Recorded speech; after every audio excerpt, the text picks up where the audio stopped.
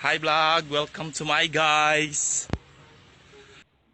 Hi everyone, magandang araw sa inyo. Sa video na ito, ipapakita ko sa inyo ang basic concepts ng C++ programming para sa beginners na katulad ko.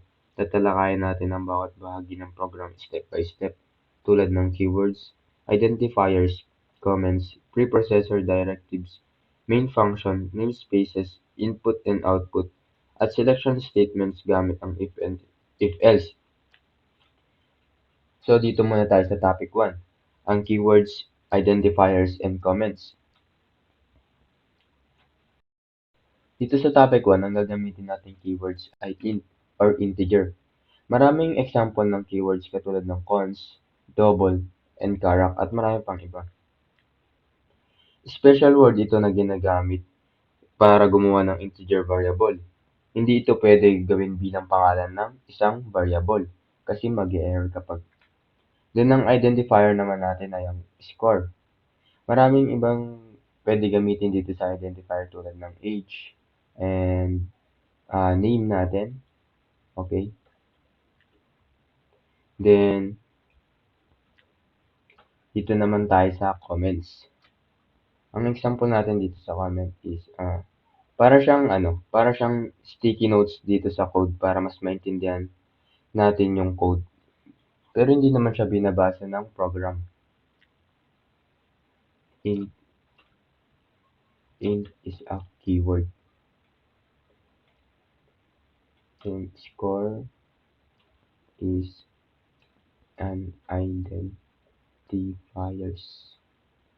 Try natin siya i-run para makita natin.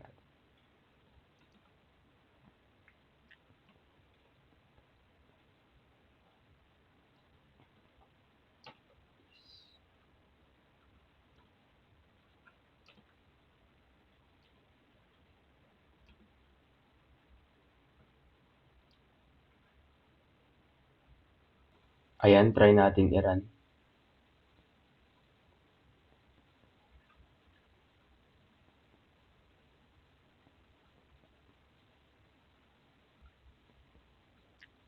Ayan yung result. Your score is 90. Hindi nagpakita itong comments. Okay lang. So, proceed tayo sa topic 2. So, this is my topic 2.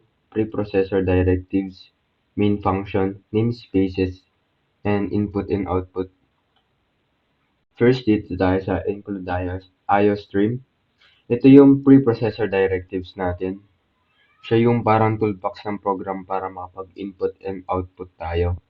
Then, dito sa using namespace std or standard, siya yung nagsabi sa compiler na gamitin lahat ng pangalan mula sa standard library tulad ng cout, cin, at sa int sa keywords natin.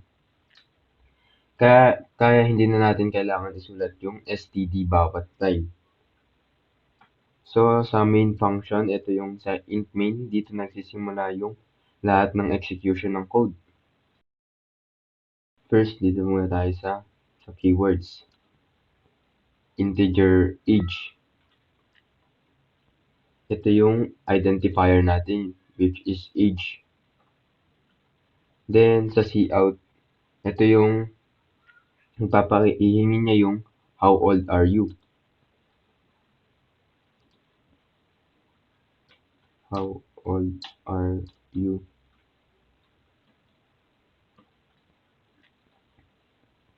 Ayan. Then, sa cin naman, ginagamit ang cin para kumuha ng input mula sa user. Parang ano siya, parang nanghihingi siya ng age sa user. Kung how old are you na, ilan na yung age niya.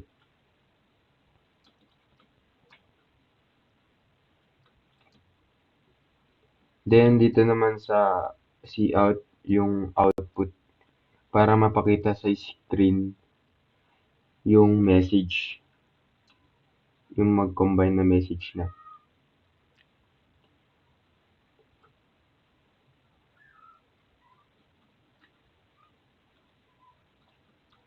You are age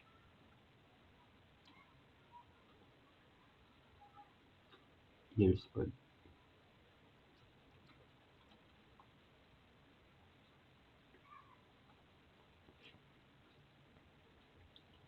Ayan, try natin i-run.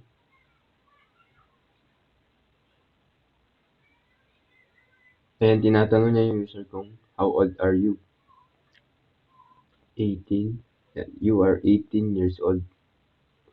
So, proceed tayo sa topic 3. So, this is my topic 3. Simple selection of if and if else.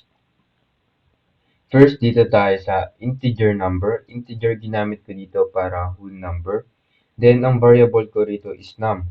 Dito ini-store ang number na ilalagay ng user.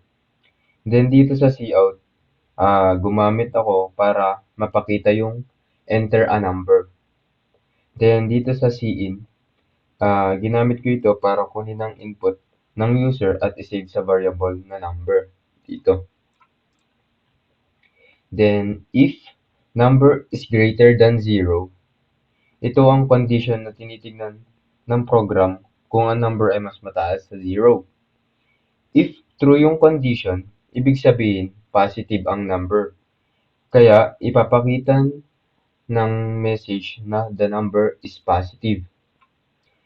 Then, if else, yung else dito, ito yung tatakbo kapag false yung condition ng if. Ibig sabihin, 0 o negative ang number. Katulad nito, try natin i-run. Ayan, positive 10. The number is positive. Then, try naman natin negative. Negative 10. And the number is 0 or negative. And that's all. Thank you for watching. Bye! Shut down.